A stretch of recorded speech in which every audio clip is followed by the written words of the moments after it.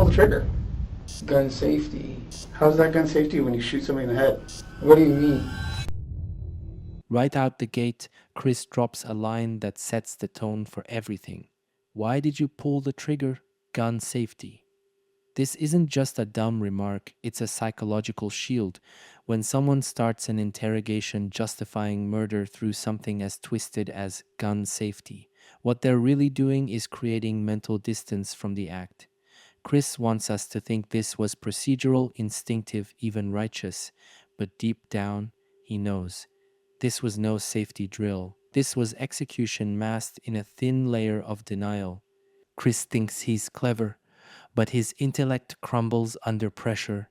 His first fatal flaw, believing he could fabricate a fake identity Jessie, and that law enforcement wouldn't notice she doesn't even exist in any database.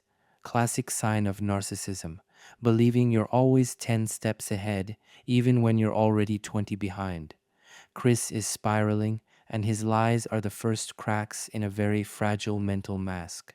Two innocent people driving past a cornfield stumble on a horror movie scene.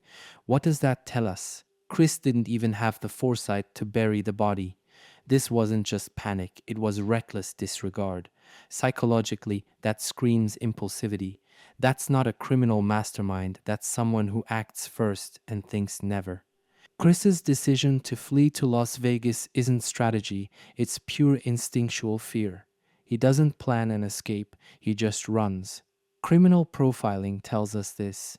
The more erratic the escape plan, the more likely the person is overwhelmed by guilt. Chris isn't some shadowy genius, he's a kid drowning in his own lies.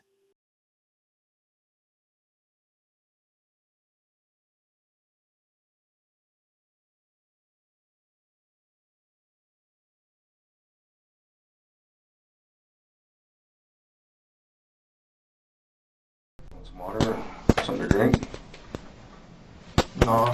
You good? Okay. All right, man. Just have a seat. We'll be here. There's some paperwork, procedural stuff we have to do and take care of, and then my partner and I'll come in and talk to you. Okay? All right. You doing okay? Shook up. I can imagine. We'll come in here and I promise things will feel a lot calmer. Okay?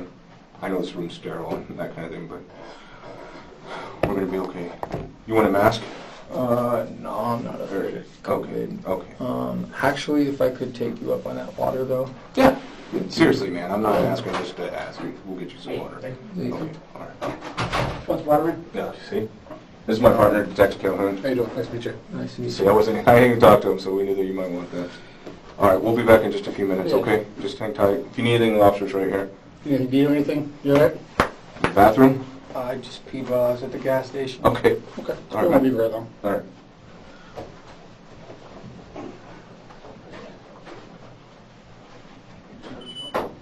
Thank you. Law enforcement leaves him alone in the room for a reason. They want to see how the mask slips when there's no one to impress, and it slips fast. He's restless, fidgeting, his body betraying what his mouth hasn't said yet. He's not cool, he's crumbling.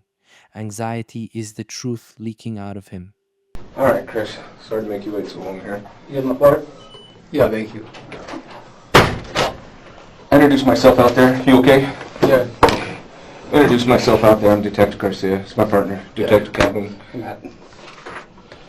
He's the one I told you about that would be with me when we come over to talk to you. Yeah, we appreciate you being cooperative as you have been, so. Yeah. Spell your last name for me. Matthews. Okay, so we basically just have to go through some paperwork just so that you're aware of all your rights and that sort of thing, okay? Okay. Have you seen that on TV before when they do that? Yeah. Something like that. Excuse me. Chris starts belching. It sounds like nothing, but it's everything. Belching during interrogation is a physical response to extreme stress, the body's way of releasing built-up cortisol and adrenaline. Chris can't hide what his biology is screaming. He's not innocent, he's scared out of his mind. Tell us your side, man. What do you think you're here? Why do I think I'm here? Yeah. 'Cause my car was in a crime scene. And what kind of crime scene was that? What do you think? It's stated on your paper, Uh-huh. so Okay. I guess you guys are investigating a murder of Tanner? Yeah, how do you know Tanner anyways? Friends of friends? Did you go to Legacy at all? No. Is that it? Okay. Because you went to Legacy, right? I went to Frederick.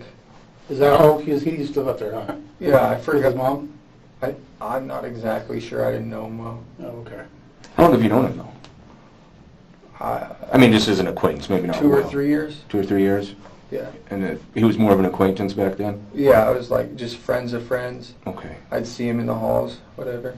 When asked what crime scene his car was at, Chris doesn't say it, he points to the paperwork. That's a psychological move. He's distancing himself. It's not his knowledge, it's what they say. This kind of verbal detachment is common in guilty suspects who are trying to emotionally buffer themselves from what they've done. You said that you know that you're here because somebody borrowed your car? Is that what you said? Yeah. You told a different detective that, right, over the phone? I told the detective that over the phone, yeah. Yeah. And tell me about that. So basically, honestly, I'm just going to come forth and tell you that was a lie. Okay. We appreciate that. Yeah. And we've done a lot of work, so we kind of already knew that. Yeah. But I think this is your opportunity to be as candid as possible and just tell us what happened, man. Yeah. We want to know your side. He was in the car with me. Tanner was? Yeah. Okay. Where'd you pick him up? Pecos and 116. The apartments there? Yeah. Okay. So what happened? And then we drove down to Pecos. We hit the 7-Eleven. And then we're driving back. And then he tried to reach for a gun. Oh. For what gun? For my gun. He tried to reach for your gun? Yeah. Where was your gun at? My gun was in the center console. Just sitting there? Yeah. Is it the gun that's in the car now? No. That's a different gun? Okay. And what happened? Basically, he reached for it, and then I shot him. How'd that go down? Because he was shot right here. Yeah. So how did that happen? There's a whole lot more that happens when you shoot somebody in the head. So give us details. We struggled for a bit. I mean, I was driving down the road, and then he reached for the gun, and it was self-defense. Sure. So tell me, did he say anything No? when he reached for it? He just reached for it. Did he actually get a hold of it?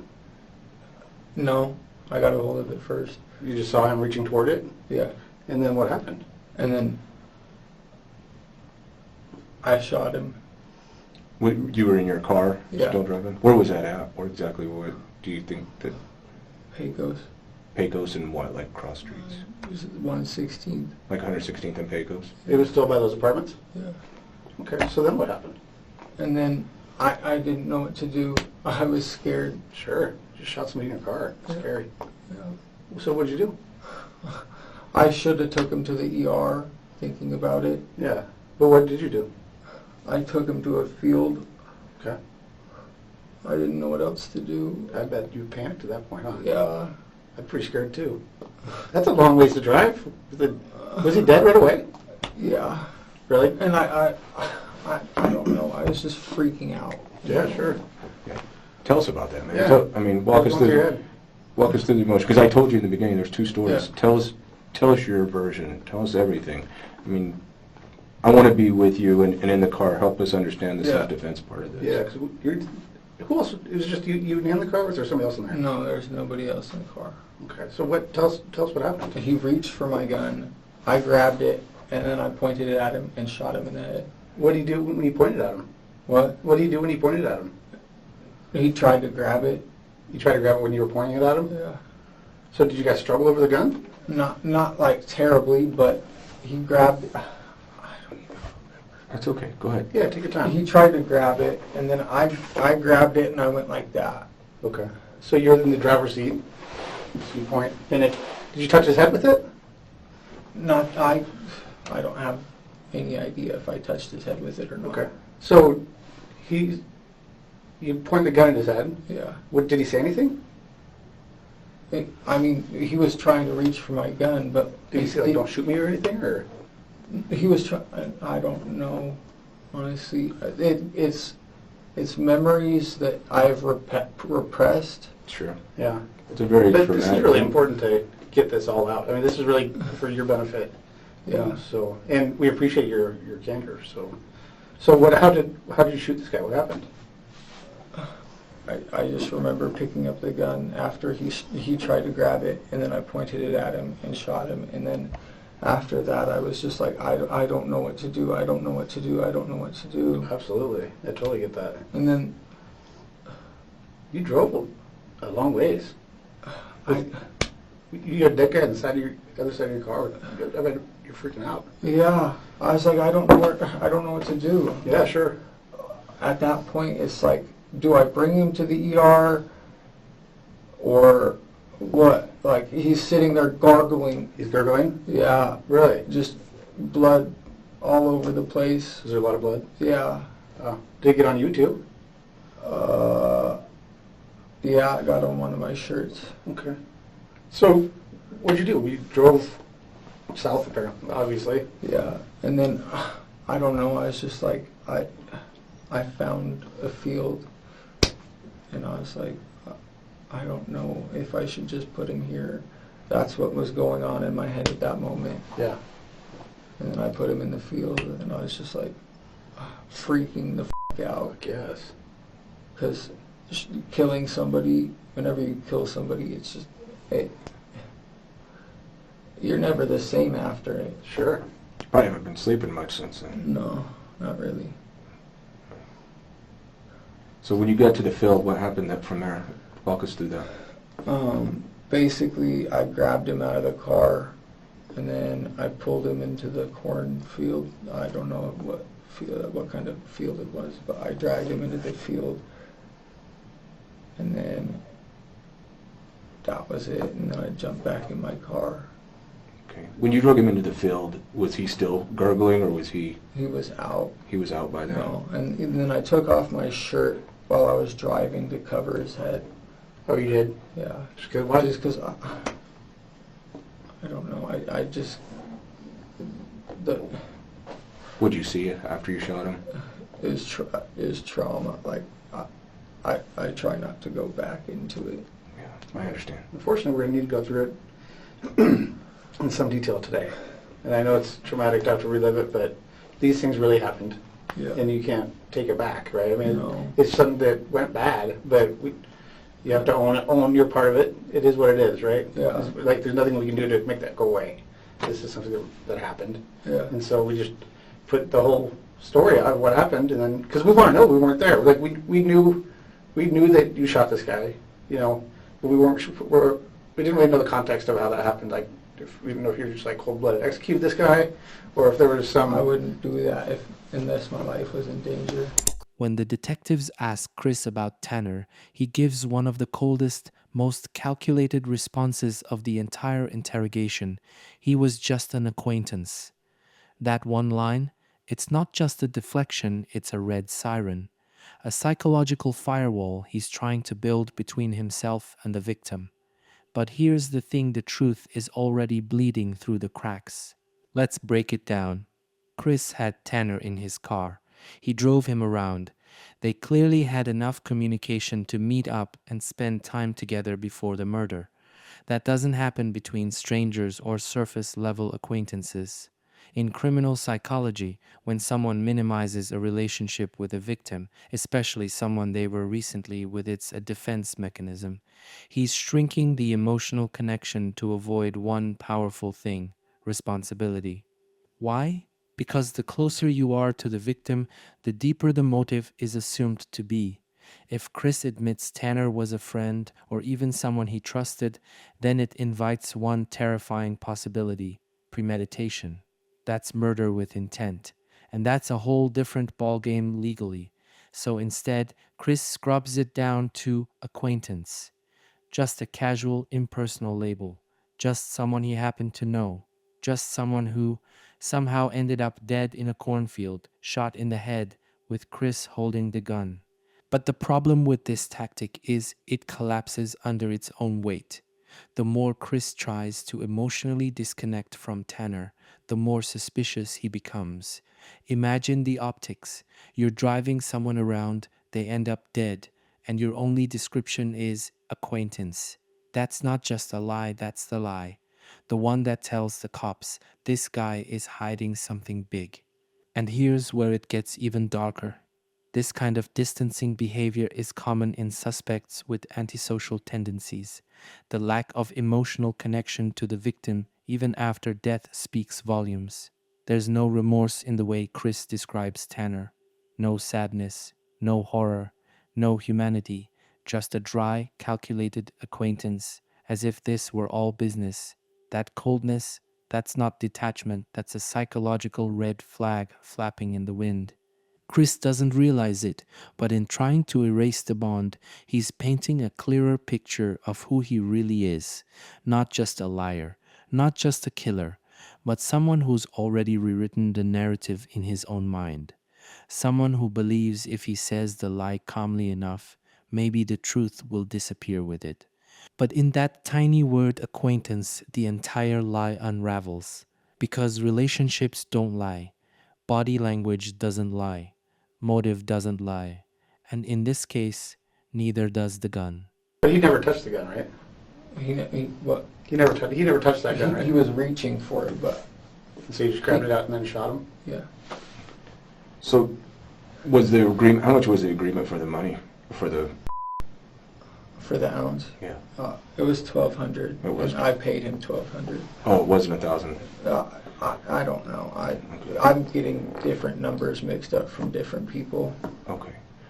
How much money did you go there with? I had $1,400 on me. 1,400 on you. Yeah. And how much did you give him? I gave him 12. Okay. And then after you gave him the 12, did he give you the? He reached for the gun. Right after you gave him the money. Yeah. And where was your gun? Just sitting out in the open, or? Yeah, I was sitting in the center console. Okay. What kind of gun was it? It was a Glock 30. Okay. Where is that gun now? I don't know.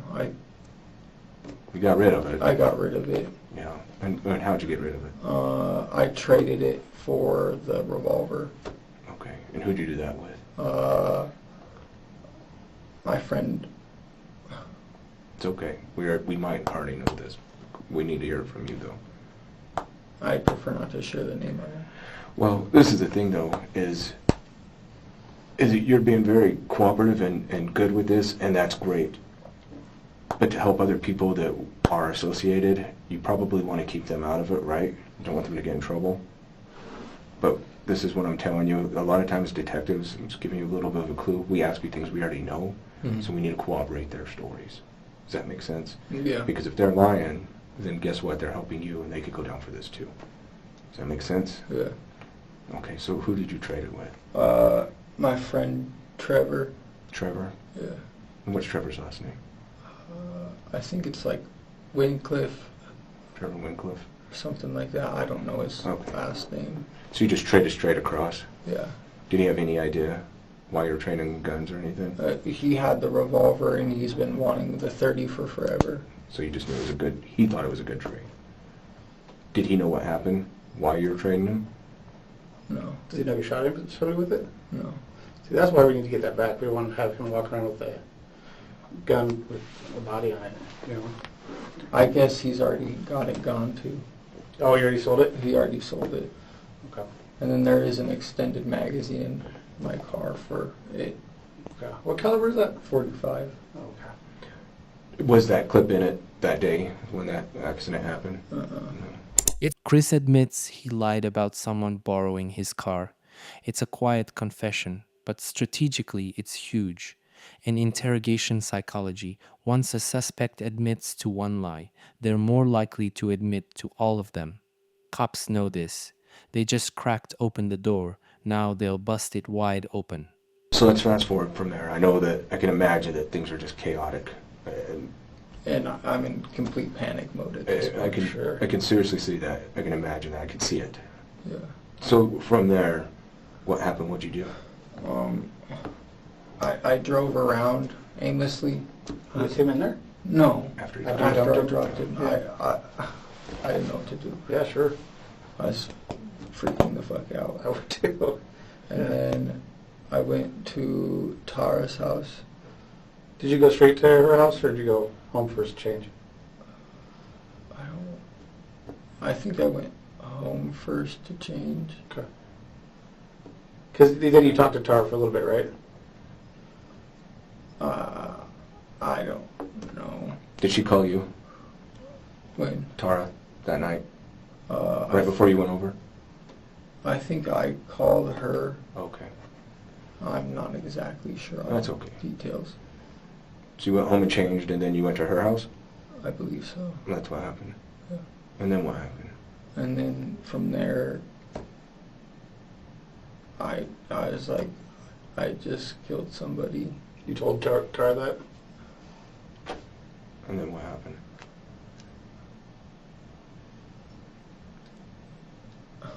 I don't really remember. Okay. I was like at a. You're still panicking. I'm still panicking, but like it was like a weird panic, and it was like I'm freaking the out mentally, and then from there it's just I You just kind of went into survive mode. Is that Yeah. a fair way to put it? yeah, and like I don't know. Sometimes whenever I'm like, I try to turn shit into humor. Mm-hmm. Because if I turn it into humor, I hope that it'll get my head out of that, and like, but How'd you do it on that one?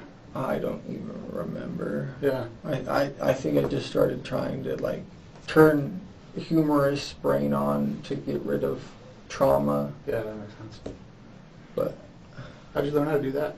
I don't know. I just feel like I've always thought that like laughter and like humor is better than, you know, sitting in complete terror and just, Yeah, that makes sense.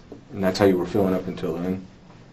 yeah, I was freaking out. And then I showered, and like I started to collect myself a little bit after I showered, but I'm still like trembling. This is at Tara's house?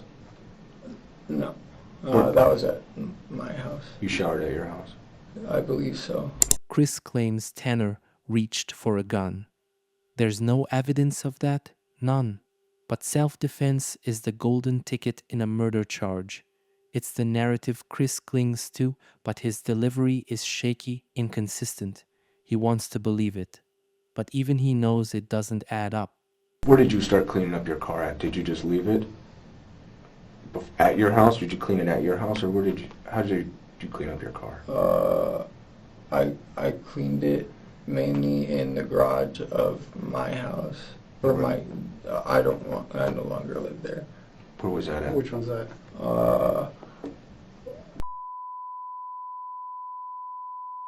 I don't know. It's by Westlake. By Westlake, okay. Over off Grove? Yeah. So you drove into the garage there. Yeah, I parked it in the garage. Did you usually park in the garage there? Oh yeah, all the time. Okay, I paid an extra $50 for the garage. that makes sense. And then, tell me about that. Tell me about cleaning the car. What was going through your head? I was like, this car, I don't know. I was just like, I have to drive this car to get to and from work and handle what I need to handle. But at that point, I was like, complete panic mode.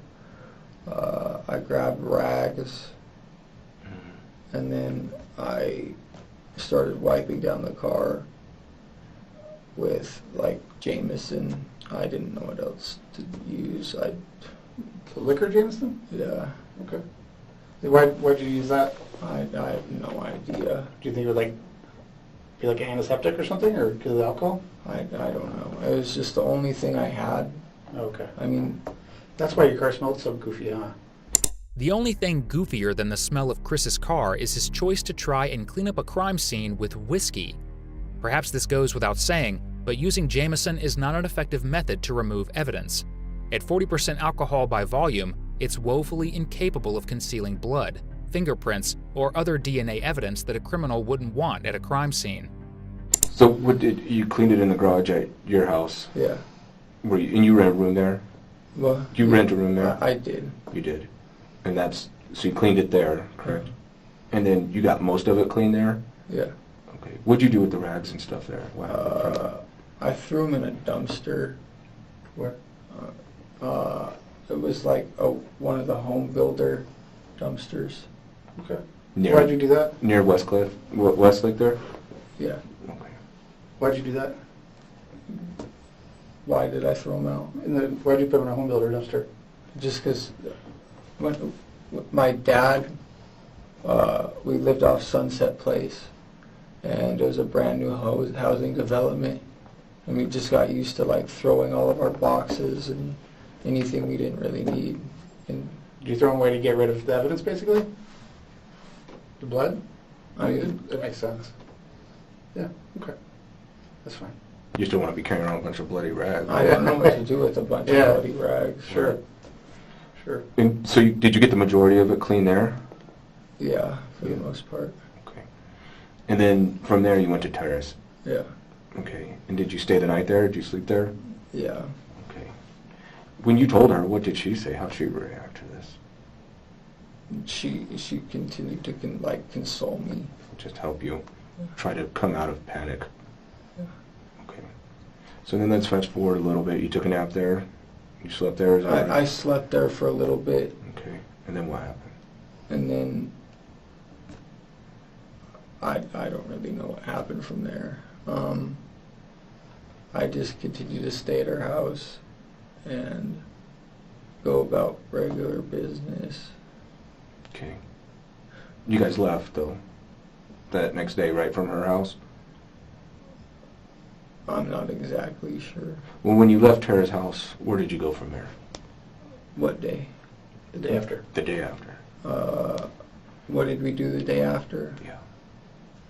I honestly don't remember. Okay. Did you go to where your mom used to live? Oh, yeah. Tell me about that. So basically we went to where my mom used to live, and she was doing her own thing, and I was in the garage trying to clean the car. Who is she? Who are you talking about? Tara or your mom? Tara, Tara. yeah. And then my mom, she didn't even know what was going on. She was in the kitchen making food. Okay. And tell me there at your mom's house. Yeah. What's the street address? Do you know that address? Okay. And where did you clean the car at? In the garage. In the garage. Did you shut the garage? I believe so. Okay. And tell me how the process you went through cleaning it there. I used a steam cleaner and pulled out the seats. You pulled out the seats. Did you pull up the carpet or just a steam cleaner? But did I pull up the carpet? Mhm. No, I didn't replace the carpet. Okay. His DNA is still in the carpet. Okay. But did you try to pull the carpet out or you just steam cleaned it? I just steam cleaned it. Okay. Was there still a lot of blood? Yeah, and there was like chunks of brain matter. And Where was that at? where was The brain matter. just inside the car, Was it in the back, the front, all over all over? Where was he sitting when you had shot him? the passenger seat In the front or the back? Front. in the front. Okay. And this is going to be hard, but I kind of want you to walk me through this just so we can follow this, okay? You're doing really good. You are. Yeah. And if you need some water, take a drink.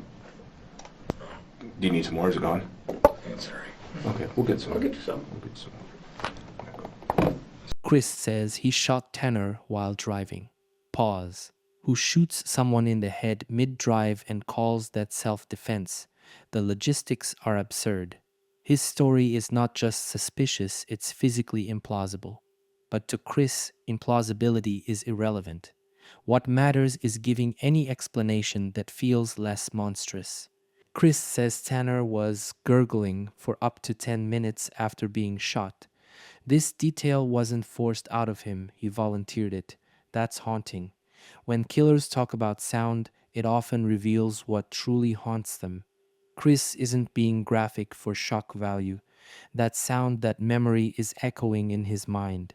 So, when you leaned back, you grabbed the gun, and you demonstrated it. Show me how that was. Was it a reach out when you shot him? Were you here? How? Okay. Show me your body position Okay, as you're so he's right here. Okay. Say I'm in the passenger seat right now. He reached for it, and then I went like that. Mm-hmm. You're in the passenger seat? No. No, he's right. Okay, so Tanner's in the passenger seat. I'm Tanner right now. Okay. He goes for the gun, and then I'm driving, and then I grab the gun from the center console because I saw him reaching for it, and then I shot him. And when you shot him, what was his body position? What was he doing? Was he just sitting there? Or show me how he looked when that happened. I think he was trying to reach for it like sly-like. Okay. So it was slow? Like you reached real slowly for it? I don't know, like, it's just like you're not trying to grab it quick like, but like you're trying to grab it. I don't know. So he didn't like lunge for it. He just No. kind of like was moving his hand that way, Yeah, and then you grabbed it and shot him. yeah, because like you don't reach towards the center console where a gun's at or another man's gun's at. Sure. Okay. Why did you decide to pull the trigger? I was always told with gun safety, if you're going to aim a gun at anybody,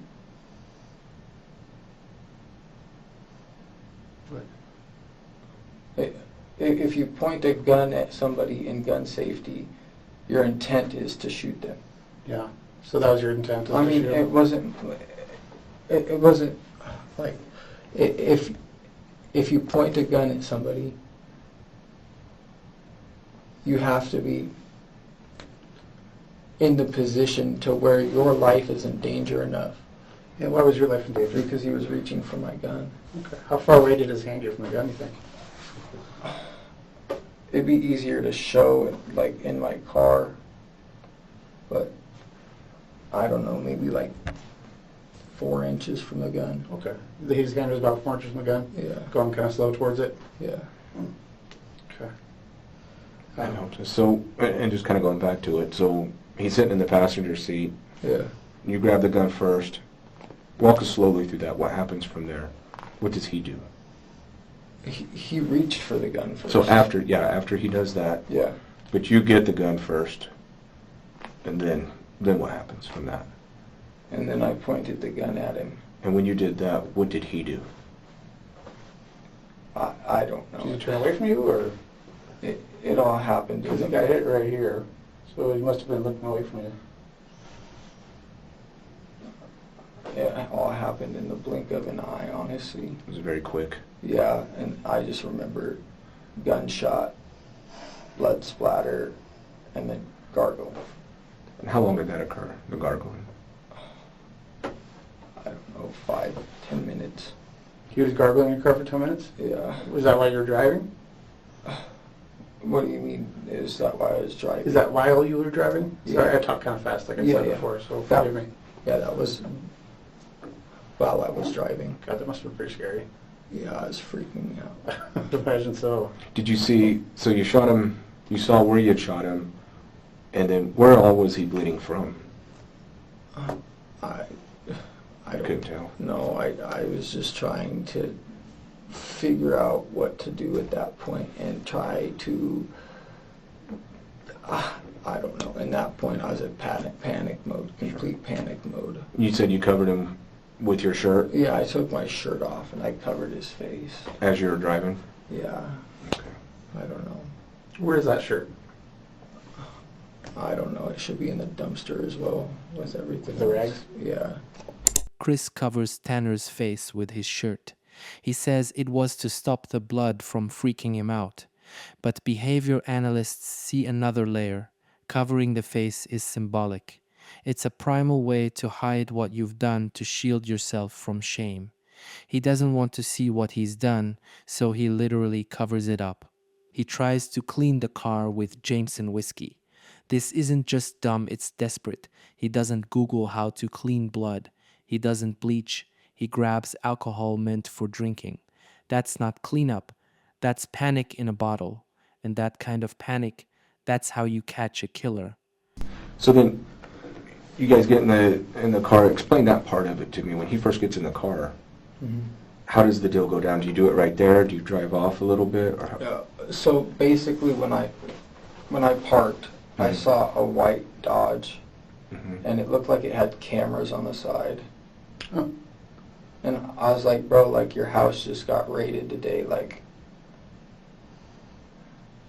I don't want to do this.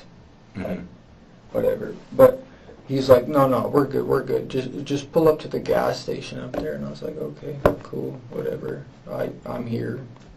Might as well do it. Yeah.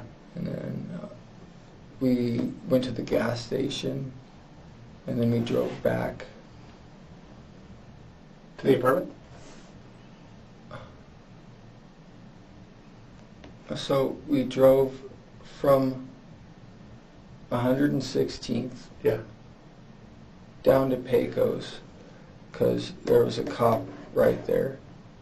And then we drove back that way, Back which way? back to the apartment. Oh, okay. And then we hand-to-handed it in the middle of the street. On Pecos or in the apartments? In Pecos. Okay. Still right around 116th, right? Yeah. And then when that happened, you gave him the money. Is that correct? Yeah, I gave him the money while we were going down Pecos, Okay. and then he reached for my gun. Was there argument or anything? Did you say, where's the at, or, I was like, where's it at? And then, and then he reached for my gun. Okay. So was there an argument or just maybe even like a going back and forth a little bit about the money and the Kinda, not really. Basically, he was, I don't know necessarily like where he was at with his life Mm-hmm.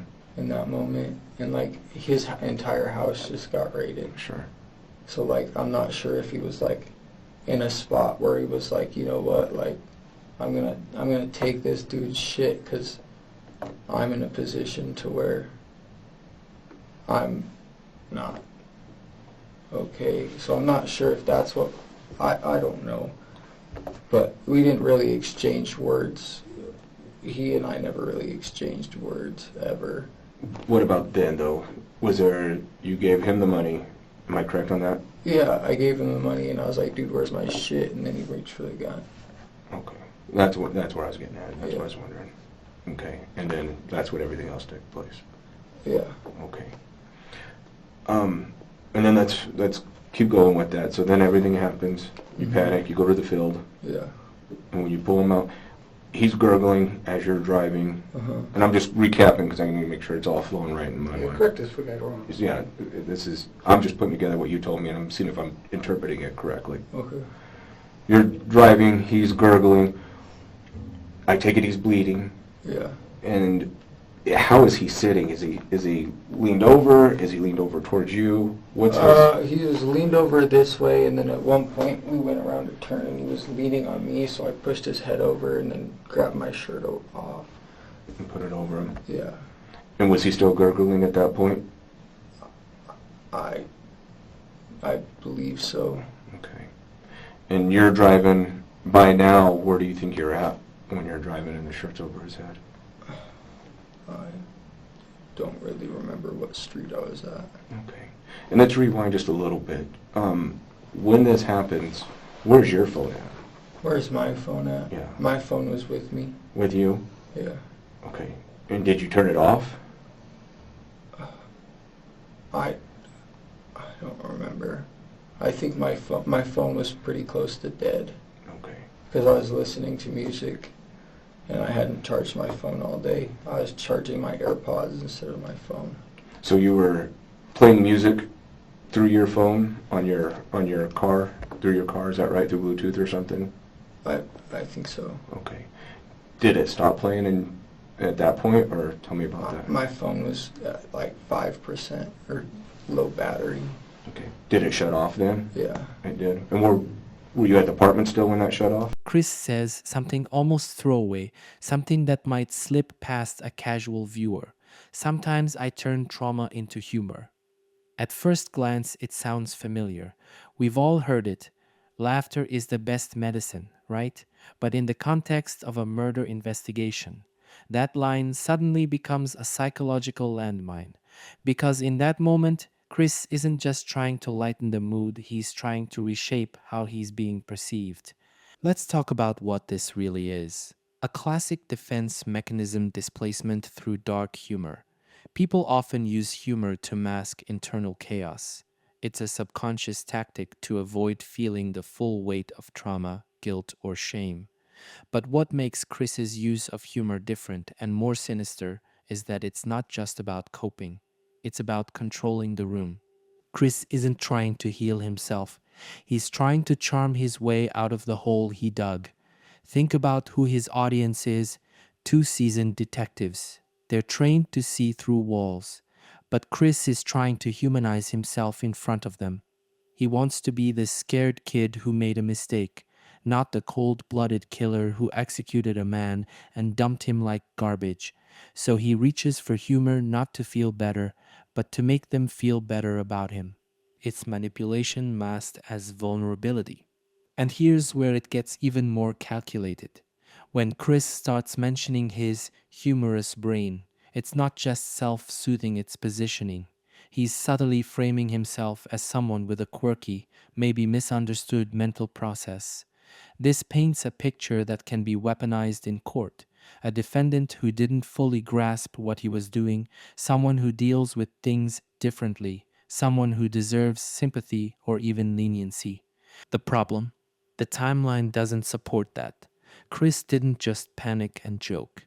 He shot a man in the head, drove with his dying body for miles, cleaned the car, destroyed evidence, pawned off items, lied to police, fled states, and then decided to drop jokes in the interview room. That's not humor born out of trauma. That's humor used as camouflage. And the scariest part, it almost works. Because humor, even awkward, misplaced, morbid humor, makes people lower their guard. It creates a false sense of connection. But Chris isn't connecting, he's controlling, trying to turn the darkest thing he's ever done into a punchline just enough to dodge the emotional consequences. It's not just what he did that's terrifying, it's how he tries to narrate it afterward, as if a little smirk and self-deprecating wit can scrub away the blood, as if humor is a get-out-of-jail-free card. But murder doesn't get funnier with retelling. And the detectives, they're not laughing, they're watching, taking notes, and preparing for the moment the jokes run out and the handcuffs click in. When you see the field, what happens? Where are you at and what happens? Are you driving down Federal? Down Lowell? I think it's Federal. Okay. And then I was like, okay, well, I see a field. I don't know what else Sure. to do. And then what happened? And then I drove into the field, and then I got out of my car, walked over, and pulled him by, I believe, his wrists. I'm not exactly sure what part of the body I dragged him out by. Okay. I assume he was still bleeding. Did he get blood on you? Yeah. And then I went home and took a shower. Okay. How did you guys, this is going to sound silly, but I saw him when he was in that field. Yeah. How did you get out of your car? Like, did you get out of your door, out of the passenger door? How did you get out? I got out of the driver's side. And then where did you go? And then Did you go around the front or the back, or? I don't honestly remember Okay. if I went around the front or the back. Okay. Because there's a couple different sets of shoe prints over there, and so it made me kind of feel like there's another person Really? that was with you. No. There was nobody else with me. Okay. Do you remember what kind of shoes you were wearing? I think they were Vans. Okay. Where are those? They're in a dumpster. Okay. So you threw away all your clothes? Yeah. Okay. This is going to sound silly, but what size shoe are you wearing? I have no idea. It kind of varies on which ones it is. So then you leave, and then you go to your house, you shower, you change. Mm-hmm. Was it before Tara's that you threw your clothes in the rags that you cleaned the car out with? Or when did you do that? Was it before you went to Tara's, directly after you showered and changed? I think I waited a while. I waited like a day or two. Before you threw that away? Yeah, it was just kind of sitting in my trunk. Okay. And then you went back and threw it away over there? Yeah. Because you knew there was construction there? Yeah. Okay.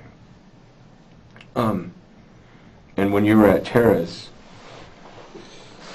And then you went to your mom's house and you cleaned there, Mm-hmm. right? At what point did Aaron show up at your house? I don't remember. Was it that day? Yeah. Okay. And then what happened from there? He started questioning what the I was doing. Mm-hmm. And I was like, dude, I just killed somebody. And When was that? well, When you told Aaron that? right then and there, when he started freaking, or before he started freaking out. Was that at your mom's house? Yeah. Okay. Yeah. So what did he tell you to do? Because he's got a little more experience with. I know he's got out of prison, right? Yeah. So were you trying to get some advice from him? No, I was just like, dude, I mean, like, kinda, yeah. I was Sure. like, dude, like, I don't know how to deal with this, like, mentally. I don't know, I was asking him for, like, mental help, not really, Yeah. like, what to do. Did he give you any advice on like how to cover it up? No. No. Uh-uh. What did he tell you to do? He said, dude, like, you're gonna have to deal with it. He said, okay, so basically with all of my other charges that I've had, he's always been the one who makes me turn myself in, Really? usually. Yeah, so I had some eluding charges. Okay. And he told me, bro, stop shitting in your dirty underwear, like as a metaphorical term. Right. Yeah, so like don't keep racking up charges after charges after charges. Right. Just go handle it and get it done with. Yeah, that makes sense. So Pretty good, right? Tell me about that conversation. What happened with that? he was just like, dude, you're f***ed. I was like, dude, it was self-defense. You know? He was like, dude, like, I don't know what to tell you. Because I don't think he's ever killed anybody to my knowledge. And then what did he tell you to do? He was like, you could either run or you could stay here and face the consequences. Mm-hmm. He told me I should probably just stay and get it done and over with. Because you guys are going to catch up to me eventually. And then what happened? What'd you do? From there, I just hung out for a couple days. Where at? Tara's house, Most of the time there. most of the time. And then what led you to leave? To leave, Mm-hmm. I don't remember. Honestly. Did you leave that night or close to the first couple of days? Did you take off then? Yeah, I took off to Arizona. Went to Chloride.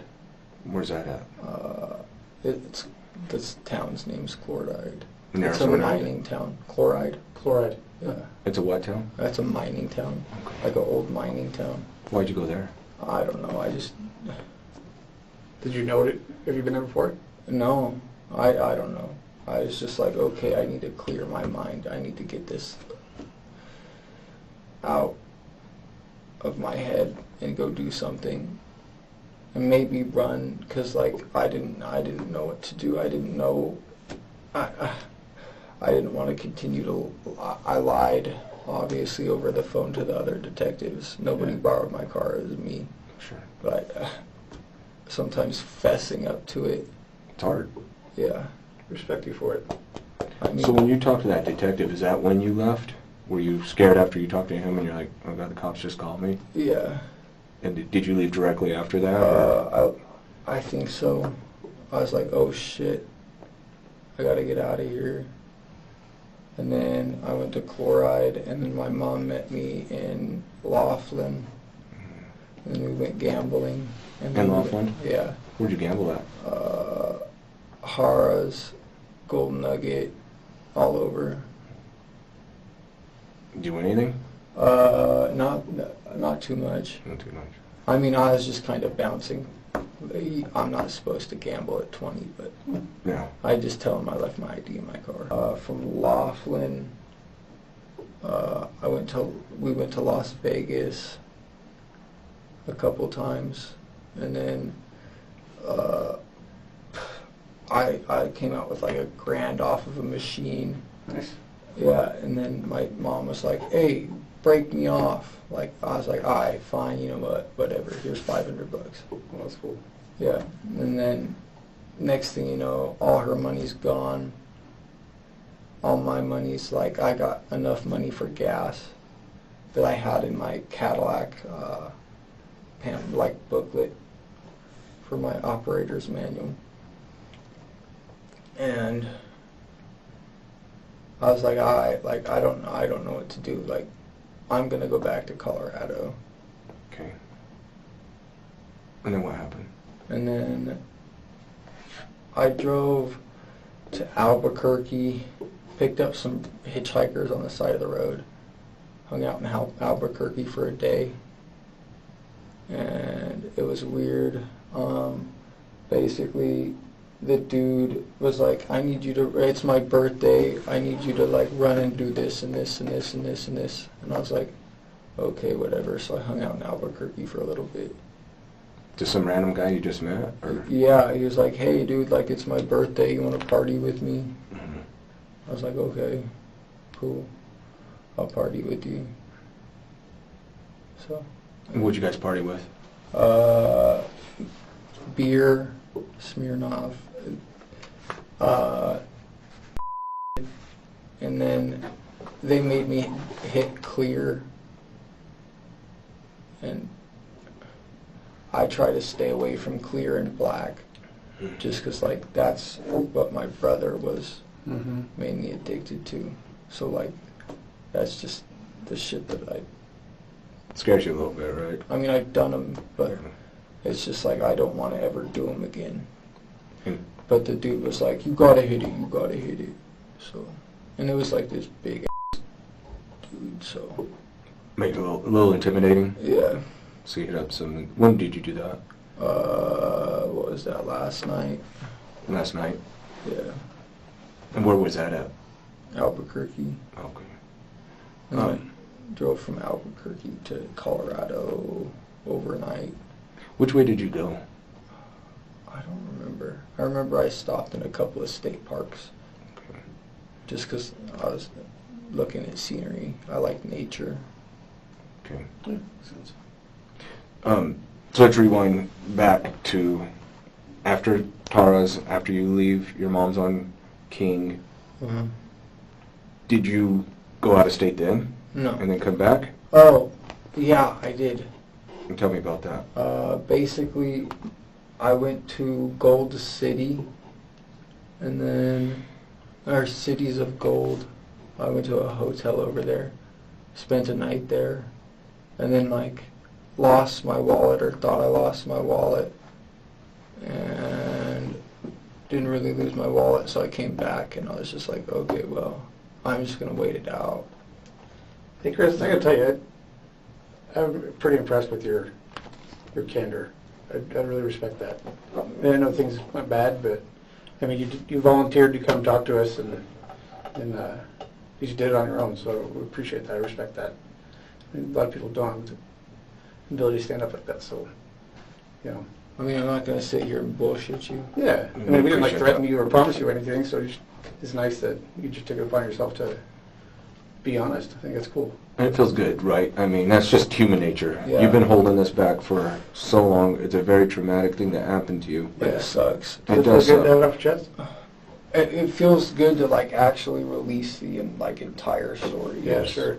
Yes, So- exactly. And that's why we're going through it, to help you through that process. Yeah. How did this make you feel? It drove me like absolutely crazy. Like, were Almost you mad, or were you like sad, or I was getting mixed emotions. what were they? Like, I just remember it and like I just start sobbing out of nowhere. This is the moment Chris Matthews stops pretending. Not just pretending to be innocent, but pretending to be loyal to anyone. In quick succession, he implicates his brother, his girlfriend, and even his mother. It's like watching a drowning man throw anyone near him into the water to stay afloat. First, his brother Aaron, the one who tried to give him advice, who had been through the system himself. Chris frames him as the person who might have gotten rid of evidence, the steam cleaner, the rags, maybe even the backpack. Then comes Tara, the girlfriend who comforted him, held him while he shook, tried to keep him calm. He admits to telling her everything, framing her as someone who knew, which could expose her to legal risk. And finally, his mother, the woman who showed up for him, who met him in Laughlin and gave him company during his escape. Chris casually drops that she helped him move around, spent time with him after the crime, maybe even enabled him. Here's the key. None of these people turned on Chris. They didn't run to police. They didn't go public. They were caught up in the storm and stuck by him, some out of love, others out of fear, maybe both. But Chris, he turned on them immediately once the pressure got real. The moment the detective raised an eyebrow, he started naming names. It's self-preservation on full display. There's no code, no protection, no hesitation. For someone who called Tanner an acquaintance, it turns out he doesn't treat anyone better friend or family. And that's a recurring theme in this whole case. Chris sees people as utilities, tools, vehicles. Tanner was a middleman in a drug deal. Tara was emotional insulation. Aaron was the cleaner. His mom was transportation. And when each of those people had nothing left to offer him, or worse, could cost him, he cut the rope and let them fall.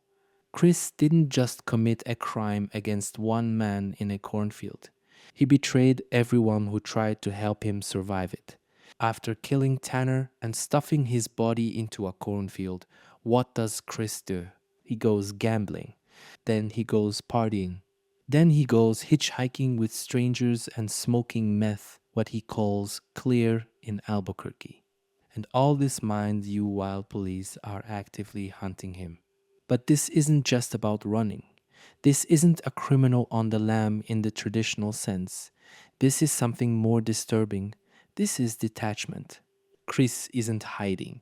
He's disassociating.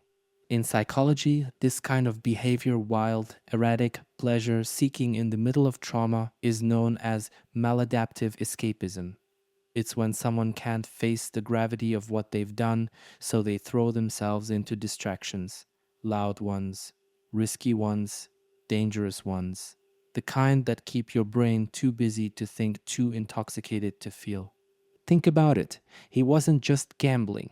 He was gambling illegally at age 20.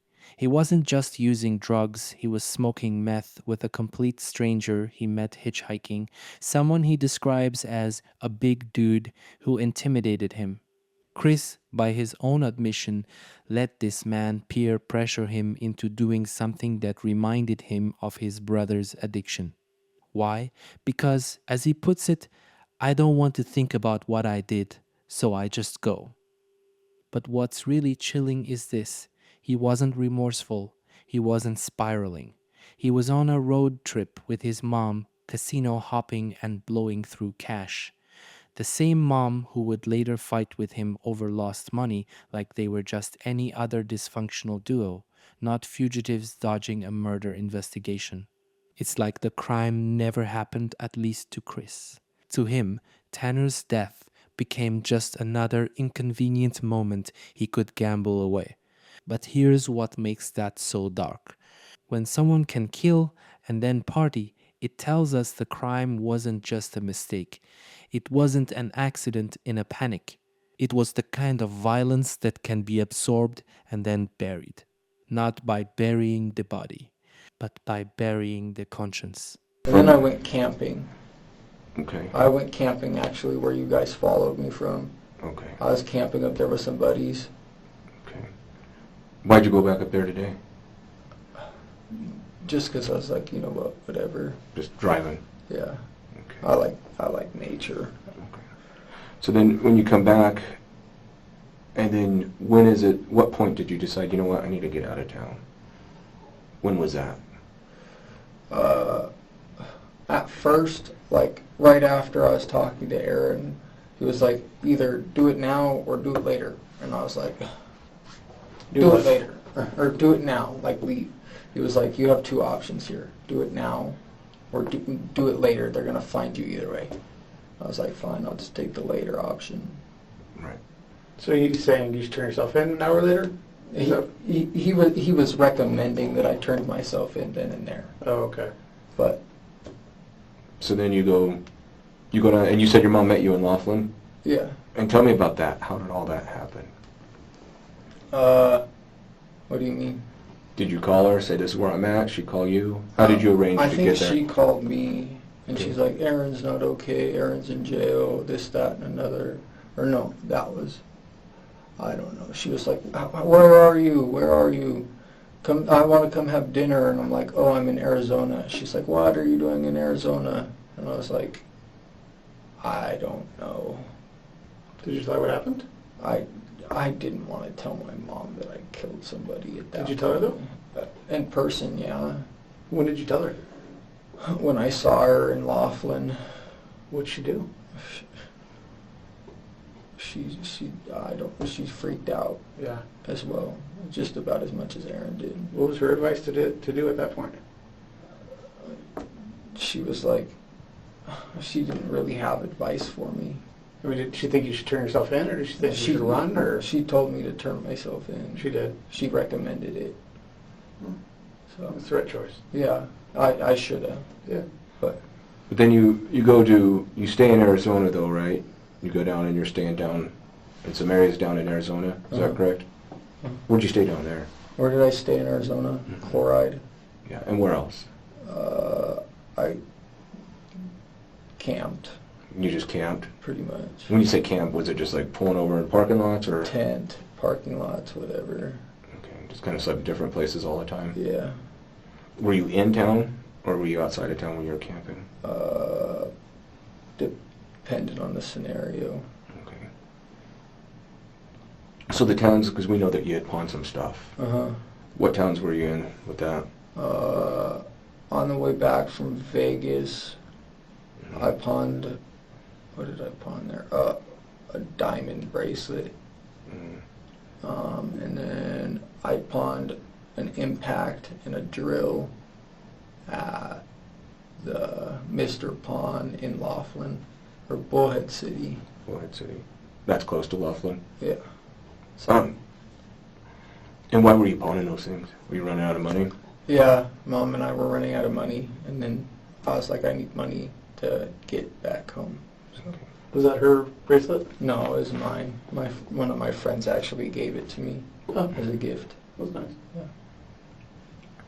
So what happened to your mom from there? You said, I don't know. She was freaking out, and I drove to where we were staying. Her car wasn't there, so I was just like, whatever. I'm done. I'm not going to sit here and wait for her to let me inside of this house, you know, that a friend was letting us stay at. So from there, I was like, just about to leave. Ended up sleeping in my car one night, and then the next night, she called me, and she's like, hey, let's meet. And then she's like, I'm broke. And I'm like, okay, well, like, I got enough money to get me home. So I was like, I could get you home too, but then like we got into a fight. My mom and I are always in fights. what was this fight about? The money.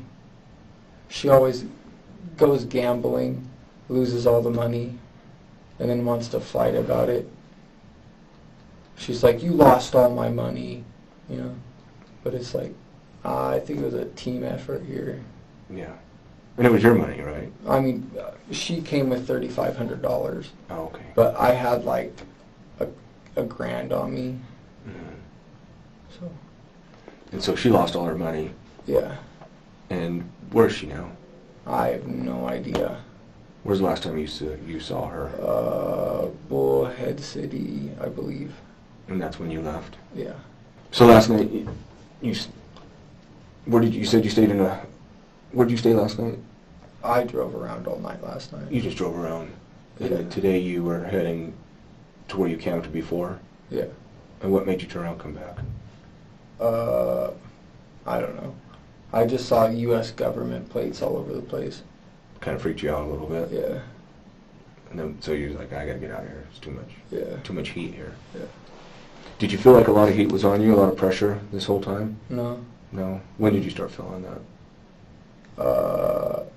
I didn't really feel it when I was out of state.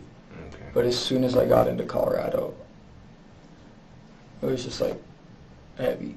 Yeah. Like kind of anxiety. Yeah. Did you feel like that was a mistake coming back?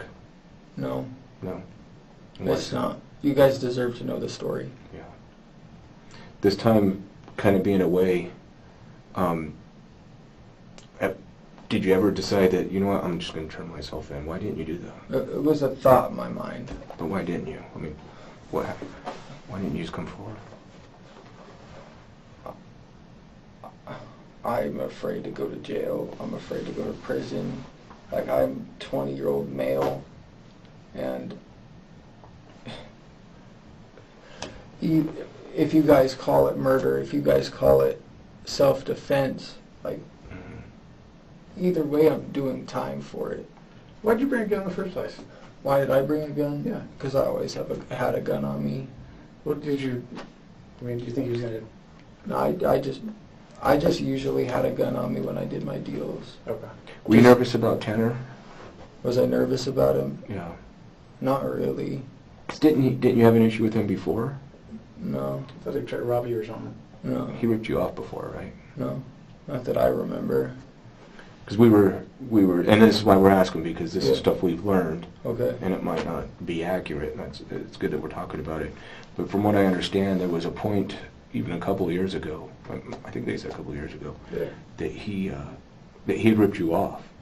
No. And that Aaron had to get involved, and it was like, pay my brother back. No. That didn't happen? No. Okay. That didn't happen with him. Okay. Anyway, that's a story we were told about. And so, in our mind, like, it's good we're talking because we had this vision of what happened. And I'll be honest with you, it's almost exactly what you're telling us. It was Yeah. something like this is what occurred.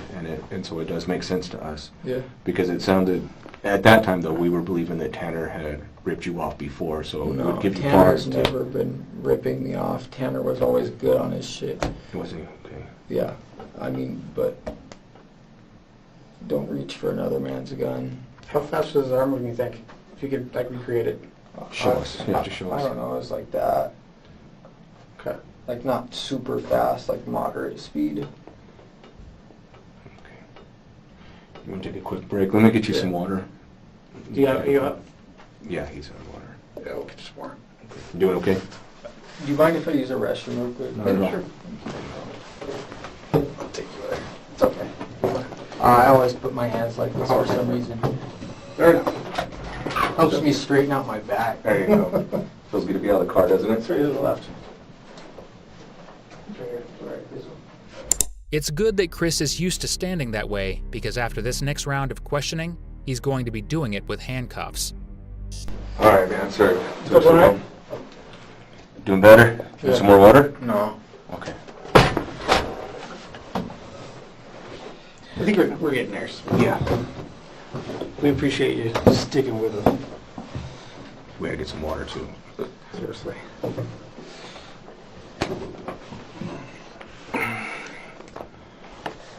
Just some things that we still want to go over, and I'm just thinking about it.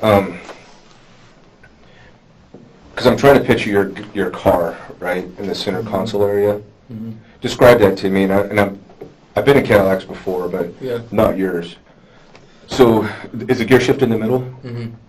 Is there like a little cubby hole in front of that, so like you put phones or whatever? The cubby hole's small, Small. but if you have the cup holders, and Mhm. if you have nothing in the cup holders, usually it sits right there on top of the cup holders. Your gun does. Yeah. Does the cup holders have like a flap over it, where it's Yeah. like a solid? Yeah. You could put whatever there, gun, phone, whatever, Mhm. and it's not going to sink into the cup holders. Yeah. So, the gun is sitting on top of that. Yeah. And I know it's kind of a fine detail, but which way is the gun pointing? Is it sitting, right? So I'm imagining, right? So here's the console.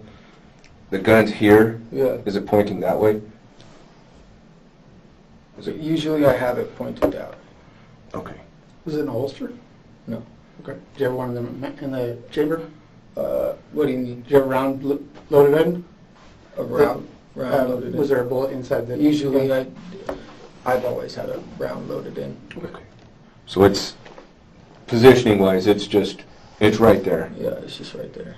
It's not like in the crack of your seat. No. And it's not in the crack of his No. seat. It was on top of the car. It's on top to where you can clearly see it. Yeah. He can clearly see that there's a gun right there. Yeah. Okay. Was the flap shut or open? The flap was shut. So you couldn't see it? What do you mean?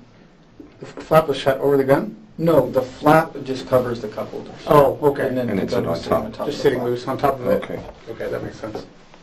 And then, we had talked to Tara, Yeah. and I'll tell you the same thing. I mean, I'll just be very honest with you. Yeah. She cares for you.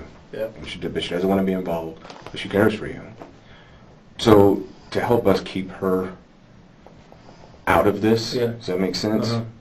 Tell me exactly what you told her when you went to her house directly after your house. Honestly, I was freaking the out, and I was Sure. like, I just killed somebody, and I told her right then and there. And what'd she say? She's like, you did what? Mm-hmm. And then she started freaking out, but then she caught herself, and then she started consoling me, making sure I was good. Okay. Did you tell her how it happened? No, You I just didn't said get into any details. You just said that you'd killed somebody. Yeah. Did you tell her that he'd try to do anything to himself, or that any other kind of story or anything like that? Did he try to do anything to himself? Yeah, did he shoot himself or No, anything like that? I You didn't tell I her? didn't tell her any of that. Okay, you just told her Yeah, I shot somebody. yeah. Okay. And then she, after that, started consoling you, or trying to calm you down and be there for you. Yeah. Okay. Yeah, that makes sense. So after that, and we've talked about it briefly, but I want to come back to it. You had taken Tanner's phone, or his phone was in the car, Yeah. and you took his ID. Uh-huh. Did he have a fanny pack or anything else on him? Uh-huh. Or a backpack or anything? No. Did he usually? No. I mean, I don't know. Okay. Usually he was just wearing clothes. He never had a backpack or anything on him. Okay. But that day, after that happens, Mm-hmm. what do you do with his stuff? With his phone? With his ID? All of it went to the dumpster. With your clothes Yeah. and the towels? Yeah. It was all together. Yeah. What was it in? A backpack. You put it in a backpack? Yeah. What kind of backpack was it? I don't remember. There's a black one. Just a black backpack? Yeah. Is it something you had in your car or your home, or Yeah. where was it at? Where'd you get it from? It was a gift. It was a gift. Yeah, I don't remember. Is that backpack, did you throw a backpack in there too? Which, The one you put all the stuff in? what? His clothes, your clothes, and his ID, and All of Phone. that shit should be in a black backpack somewhere. so you threw away the backpack also? Yeah. So the rags was everything together, or did you separate anything? Everything was together. And it was all in that backpack. Yeah. What day did you throw all that stuff away? I don't remember. I held on to it for a couple days. A couple of days. Yeah. And this was after you had showered. Was it before or after you went to your mom's house on King? After. After King. Yeah. Did you throw stuff away that you had cleaned there as well? It was all in the backpack. So the stuff from King, you also put in the backpack? Yeah. Okay. And with that, I mean, I'm going to let you know we've already been there. Yeah. And there's scientific stuff that we do. Uh-huh. There seemed to be a significant amount of blood in the garage in King. Is that the way it was still? Yeah. How did all that stuff get all over, or was it just... It was dripping outside of the car still. Blood was dripping outside the car? Yeah. Whenever you'd open the door, it'd still drip out. It would drip out onto the garage? Yeah. Is that what There happened? must have been a lot of blood in there. Oh, yeah. Yeah. So, why did you cover his head? Explain that to me again.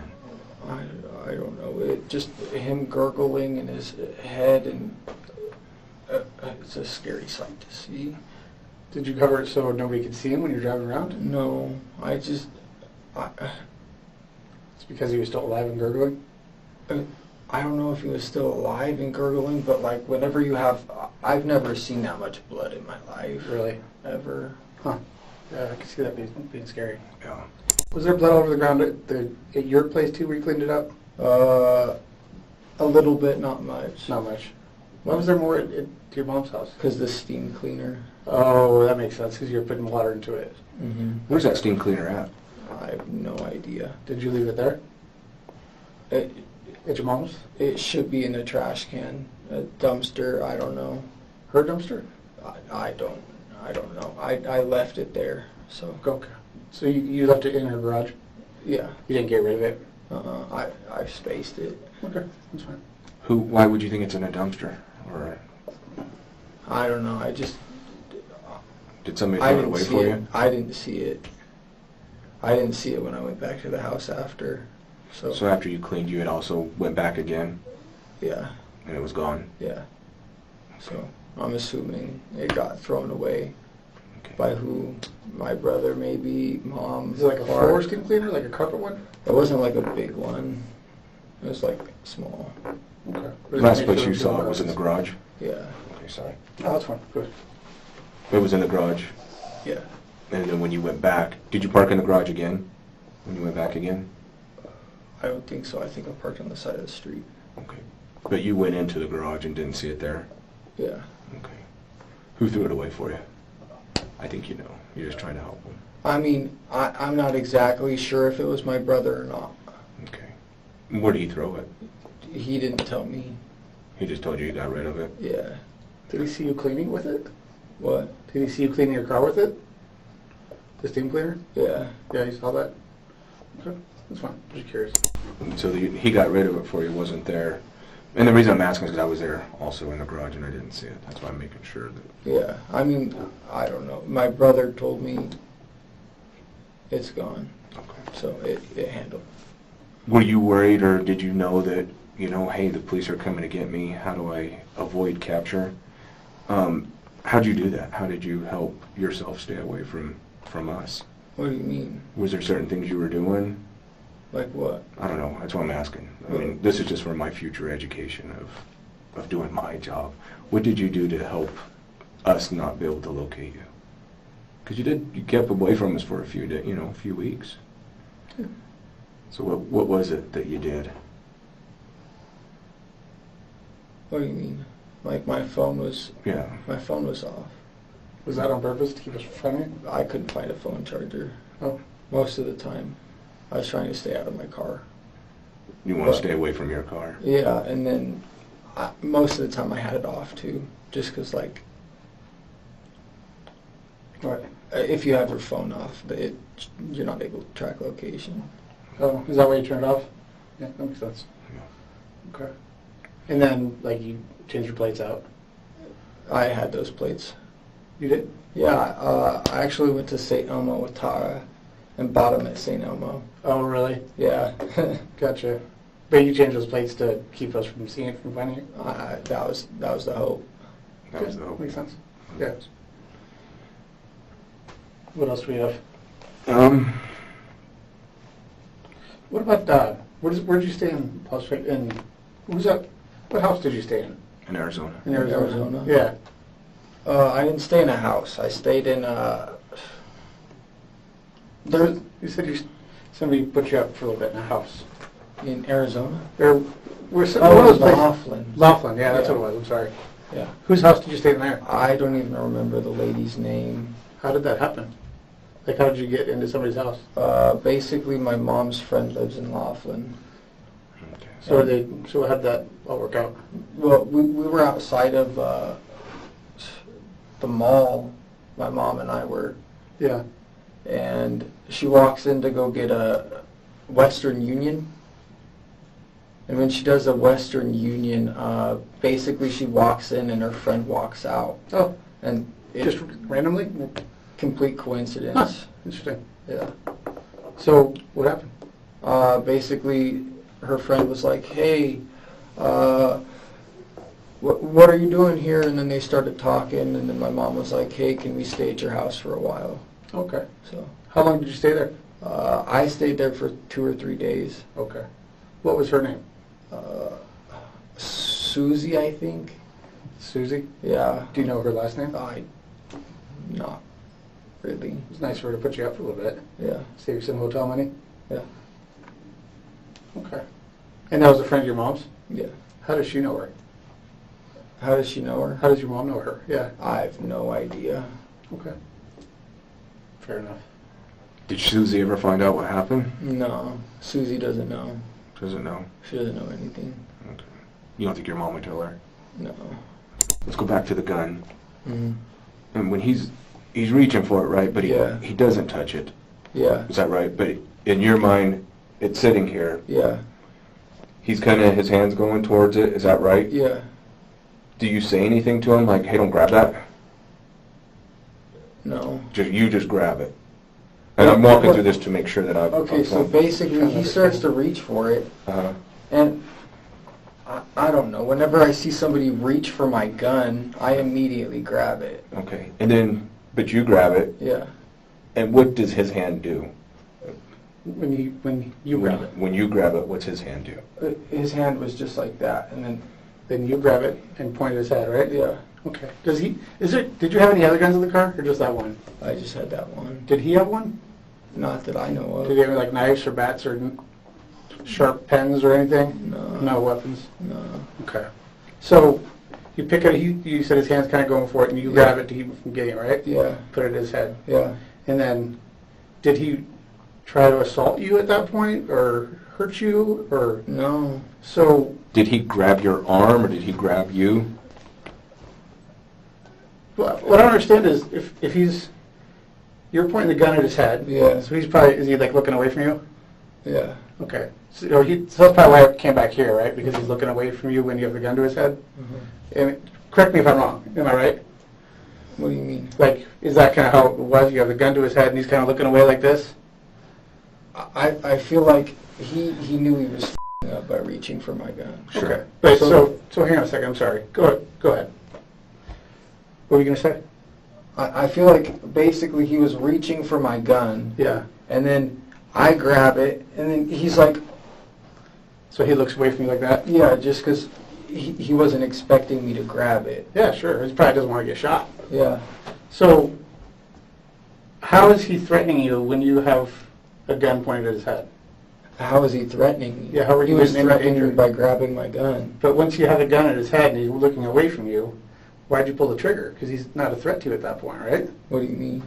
He Is was he- grabbing my gun in the first place. But he didn't have it in his hands, or he didn't touch it, and you have him at gunpoint now, right? Right, and he's looking away from you. Correct me if I'm wrong. Why do you feel threatened at that point? Yeah. Why'd you pull the trigger? These are just some things we need to know. Gun safety. How's that gun safety when you shoot somebody in the head? What do you mean? So let's It- rewind. You said that you felt threatened when he was grabbing your gun, yeah. and I understand that. Yeah. But you grab your gun. Okay. What do you mean? Yeah, am I right? I grabbed my gun before he could have my gun in his Right. possession. So then from there, you Yeah. have your gun. Yeah. He doesn't have another gun. No. He doesn't You have guys a didn't knife. struggle for it, right? Because he didn't touch it. He was reaching for it though. No, but once Did he you assault had you? it in your hand, Yeah. then he's no longer a threat, right? Because he can't get your gun.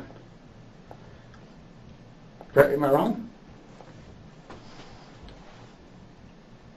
Walk us Look, man, through- walk us through that. What do you mean? Tell us how you Push felt. part. How did you feel? Whenever somebody reaches for your gun, Mhm. and usually, I don't know what was going through my head, Yeah. but whenever somebody reaches for your gun, it's right there. Sure. So then you grab it though, and let's just go slow through this process. You We grab realize it. it happens like this. We do. Yeah. We've been cops for a long time, so we understand the quickness of things happening. Yeah. But now's the time to slow it down and let's break it down. Okay. And To just- that moment. Yeah. Yeah. So now you grab it. Yeah. He doesn't have it. You explain.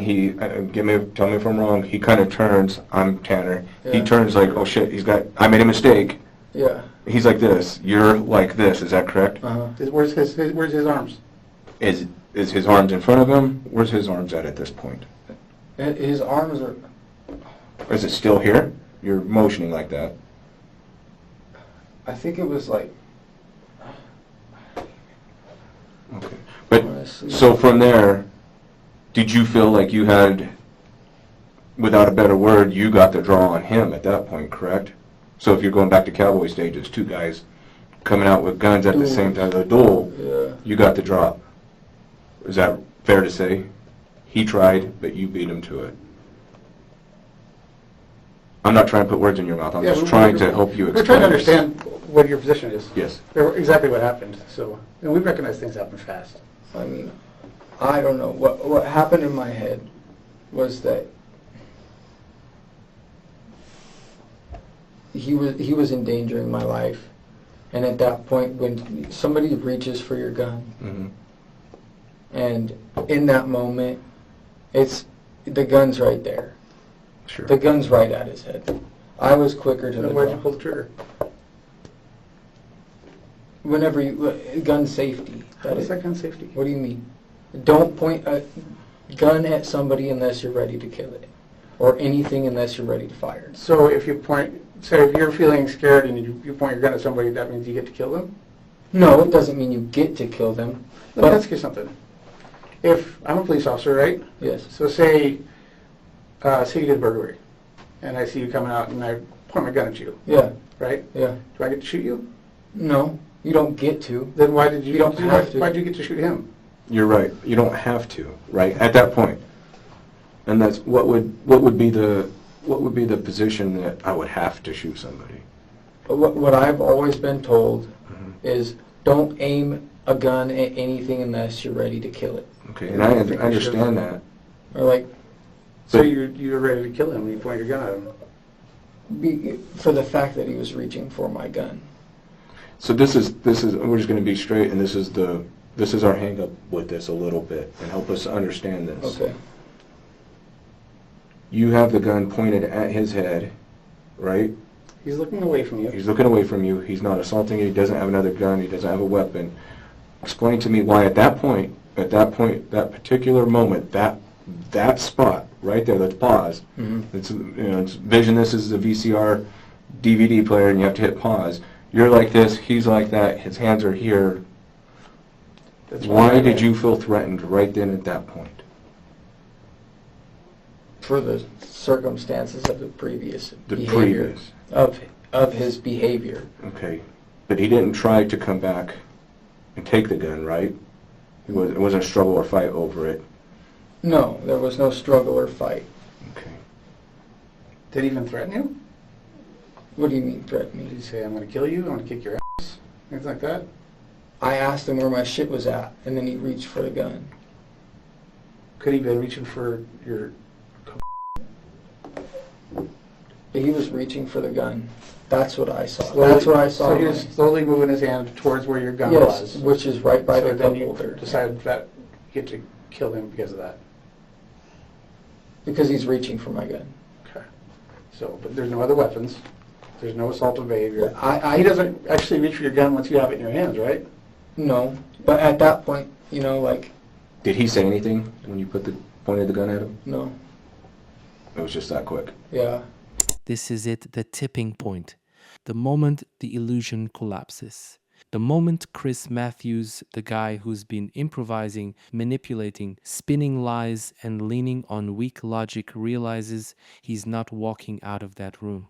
You can feel the energy shift in the room like a pressure drop before a storm.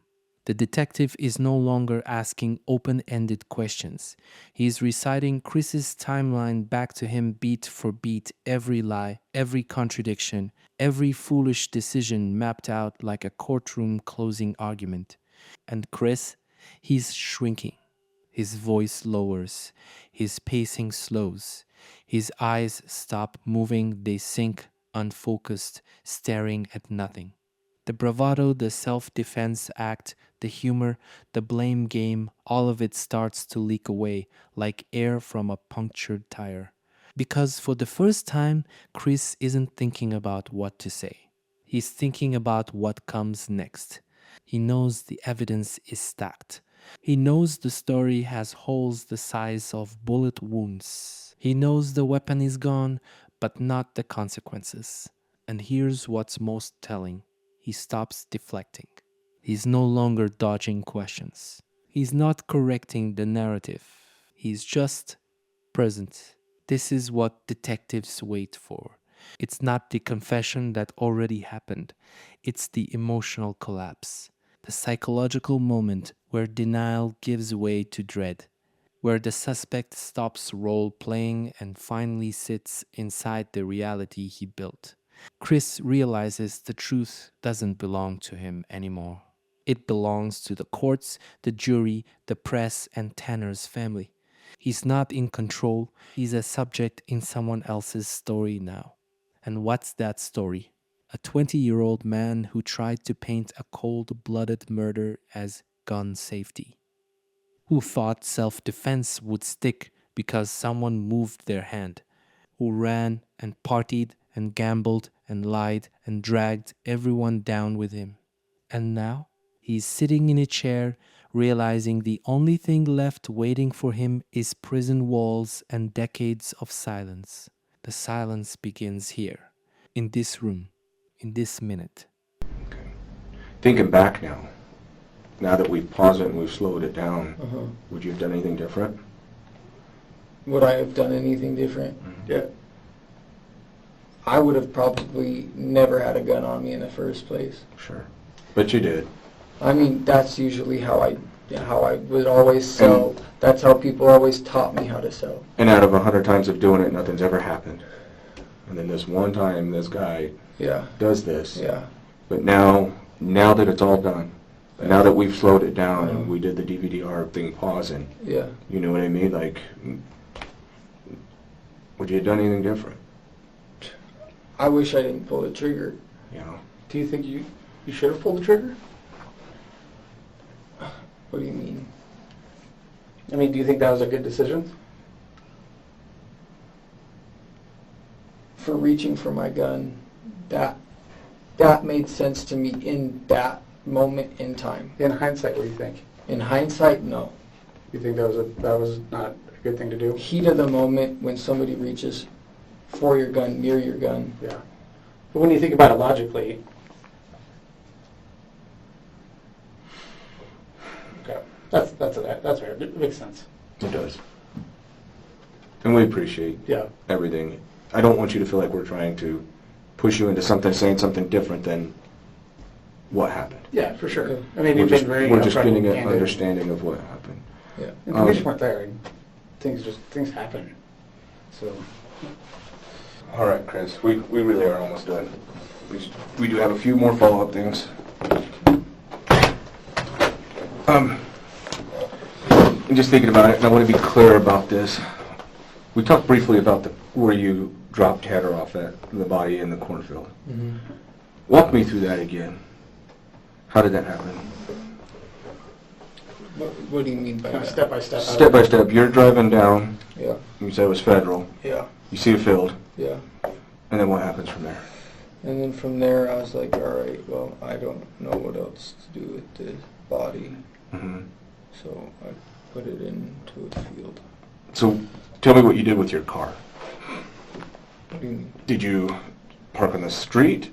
You pulled into the field? I drove into the field. You know what? Let me see the markers. What color do you like? Just take a marker there. You a purple kind of guy? All right. So let's do Federal. federal. And then you have Shaw, right? Do federal. And Shaw. Is that right? Pretty much. And then there's field. And there's what field right here. Yeah. Big old field, corn stalks. So you come in, what, southbound federal? You're heading towards Denver. Yeah. So that's, you're going to take your marker. Okay. So, like right down here, say you turn on to Shaw, Show us what you do from and there. then this is the cornfield. Okay. Actually, let me see this. So, let's say there's dirt here and corn. Does that look about right? Yeah. Okay. So, show us what you do with your car. There you go.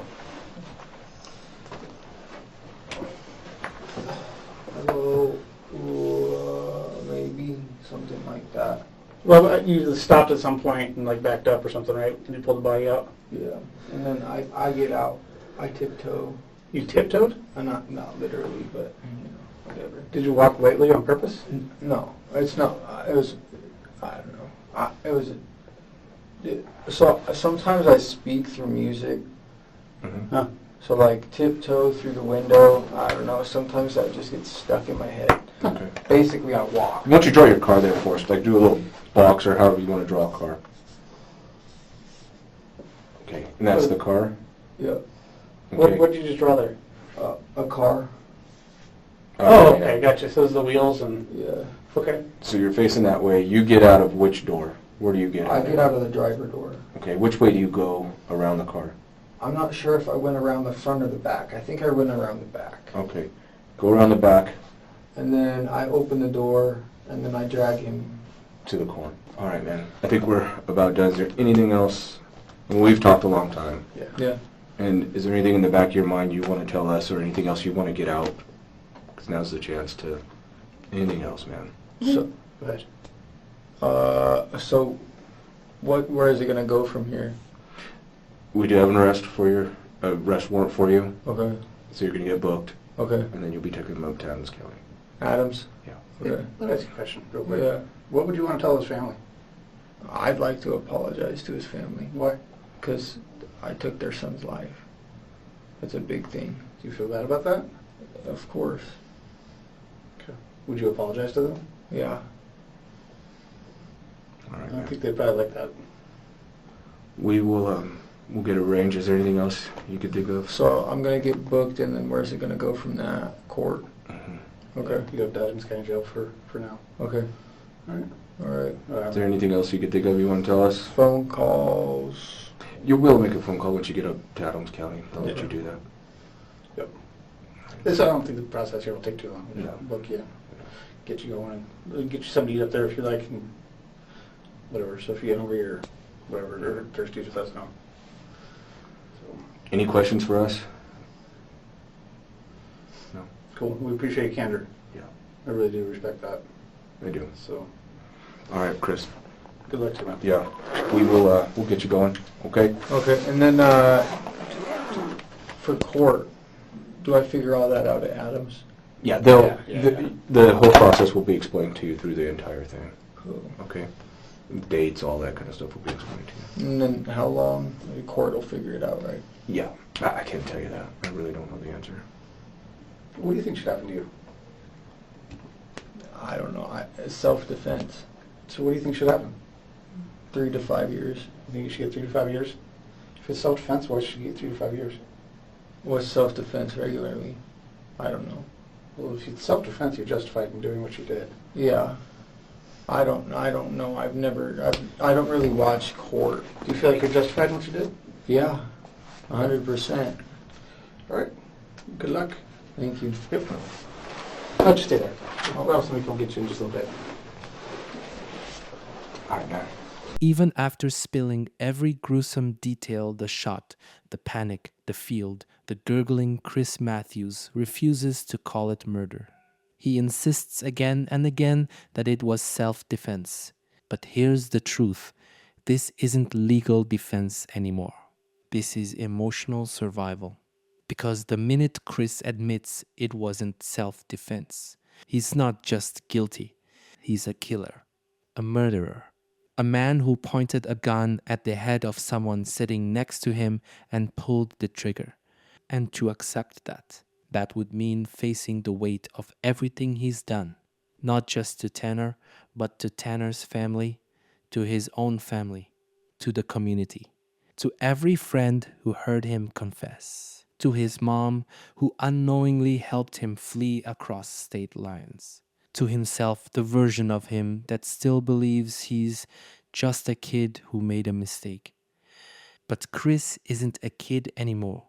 He's a man who executed someone at point-blank range, who cleaned the blood with whiskey, who dragged a body through a cornfield and tiptoed back to his car, humming "Tiptoe Through the Tulips" like this was just another strange day.